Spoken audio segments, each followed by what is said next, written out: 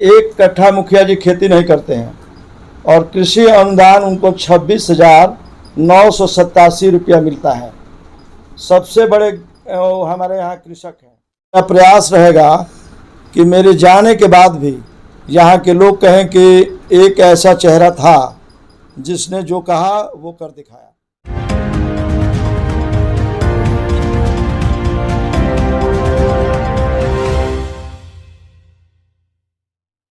नमस्कार, मेरा नाम है शशिकांत और आप देखना शुरू कर चुके हैं एबीसी न्यूज हिंदी।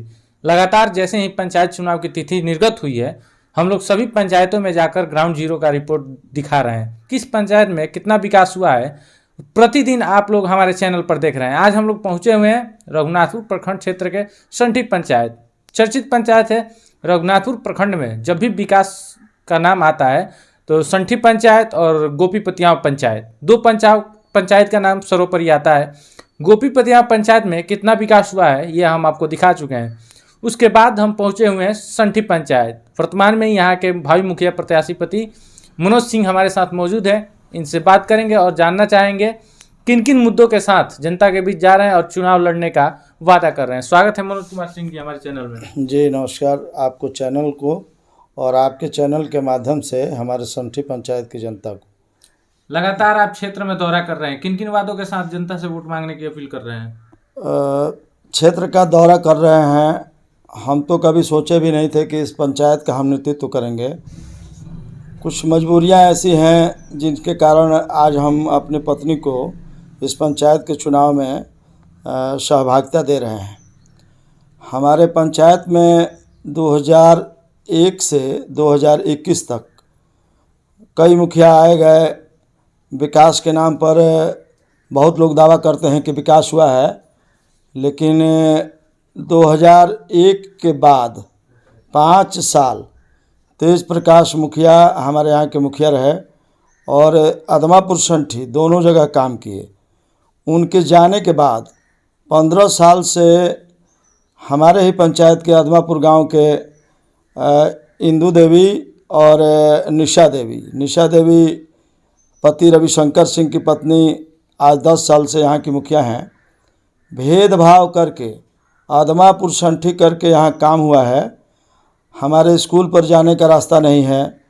हमारे दलित बस्ती में ठेहुन भर पानी लगता है, बरसात हो जाड़ा हो। यहाँ नहर की खुदाई आज तक नहीं है, जिसके वजह से हम लोग हर साल दहते हैं, सूखते हैं। अन्न पानी भी हम लोग के कभी हो गया कभी नहीं हुआ, भाग्य भरोसे हम लोग जी रहे हैं। हम लोगों को नहीं लगता है कि हमारा भी कोई मुखिया है। कमज़ोर तबका के लोगों को कोई सुरक्षा देने की बात आती है, थाना पुलिस में, ब्लॉक में, ज़िला में, लगता नहीं है कि कोई हम लोग का भी मुखिया है, हम लोग का भी कोई मालिक है जिसके पास जाकर हम लोग कहेंगे कि हमारा रोड नहीं बना है, हमको आवास नहीं मिला है, हमारा पेंशन नहीं हुआ है, मुखिया जी हमारा ये काम कराइए। हमारे यहाँ के लोग अगर जाते हैं तो मुखिया जी कहते हैं कि संठी के लोग हमको वोट नहीं देते हैं। तो हम इस गांव के मिट्टी में जन्म लिए हैं, हमारा संठी के प्रति दायित्व है। हम ये चाहेंगे कि हमारे पंचायत में अदमापुर, संठी, मंझरिया, शाहपुर अगर कोई गरीब है तो उसका हक हमारी किसी भी अमीर लोग को नहीं मिले। गरीब का हक गरीब को मिले। इंदिरा आवास, पेंशन योजना, मनरेगा की योजना जो यहाँ का है संठी, अदमापुर, शाहपुर, मंझरिया, उसको मिले। इन मुद्दों के साथ हम चुनाव लड़ रहे हैं। चलिए, अभी आपने कहा कि मजबूरी में हम चुनाव लड़ रहे हैं। कौन सी ऐसी मजबूरी आ गई जिसके बल पे आप चुनाव लड़ना चाहते हैं? मजबूरी हमारी ये रही है कि हमको अब लग रहा था कि हमारे गांव में नेतृत्व नहीं आएगा।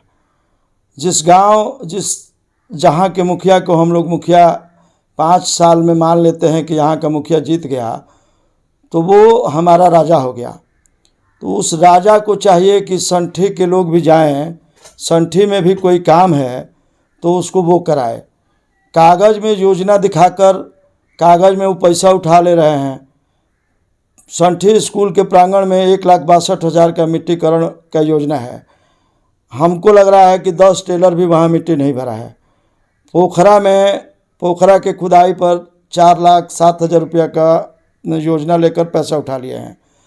हमारे यहाँ सवल बाबा का स्थान है, जहाँ 14वीं वित्त योजना से 2017 में 27 लाख में 6 योजना को चयनित करके सवल बाबा का पैसा रोड का मुखिया जी निकासी कर लिए।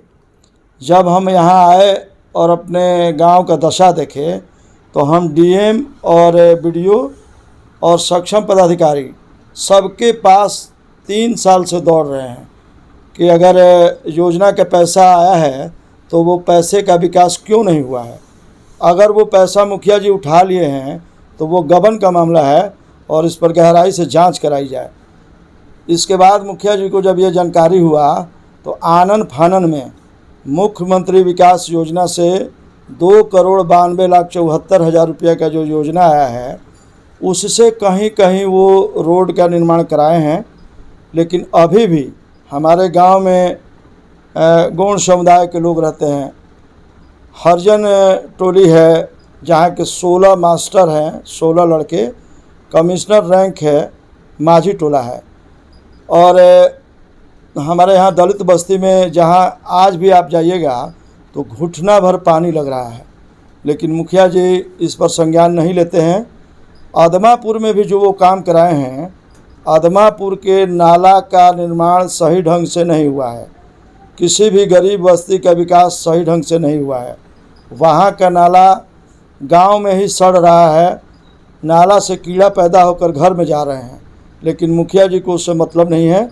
मुखिया जी अपना फैक्ट्री का निर्माण, गोरखपुर ज़मीन, सिवान में ज़मीन, 11 लाख की गाड़ी, 3 तल्ला मकान में एसी में सो रहे हैं।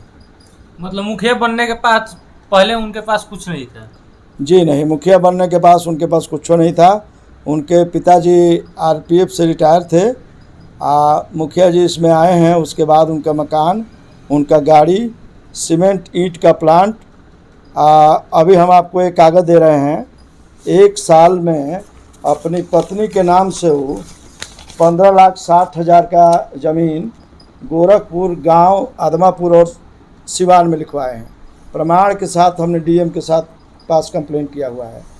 डीएम साहब के पास हमने यह बताया है उनको कि 1 कट्ठा मुखिया जी खेती नहीं करते हैं और कृषि अनुदान उनको 26,987 रुपया मिलता है। सबसे बड़े हमारे यहाँ कृषक हैं। सबसे बड़ा गरीब पंचायत में कोई है तो मुखिया जी हैं। मुखिया जी हैं। 27,000 प्रमाण है, उनका आधार कार्ड, उनका कृषि नंबर, सब कुछ के साथ ये प्रमाण है। इसका हम आवेदन डीएम के पास दिए हैं, उसकी सुनवाई चल रही है। चलिए, मान लिए कि मुखिया जी भ्रष्ट हैं, विकास नहीं किए हैं, लेकिन जब भी रघुनाथपुर में किसी पंचायत का विकास का नाम आता है तो संठी और गोपीपतिया पंचायत का नाम आता है। खैर, गोपीपतिया पंचायत का हम सर्वे कर चुके हैं, कितना वहाँ पे विकास वहाँ के मुखिया जी किए हैं सब जनता जान चुकी है। रही बात संठी की, तो संठी में क्या मुखिया जी अपना व्यक्तिगत विकास किए हैं या जनता का विकास किए हैं? नहीं, ऐसा नहीं है।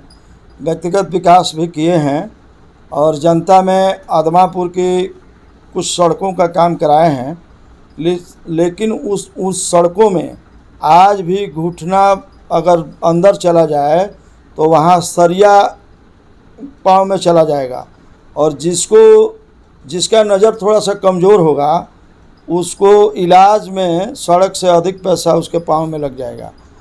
मुखिया जी के पहले उनके परिवार से, उन्हीं परिवार से इंदू देवी मुखिया थी, इंद्रावती देवी, तो उन्होंने विकास कराया था।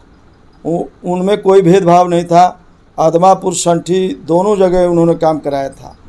सरकारी योजना का जो भी पैसा जनता के लाभ के लिए आया था, उन्होंने ईमानदारी से उसका जिन लोगों को लाभ पहुंचाना था पहुंचाया था। चलिए, आप लगातार जनता के बीच जा रहे हैं, जनता क्या चाह रही है? इस बार के चुनाव में कुछ बदलाव होगा? इस बार बदलाव होगा।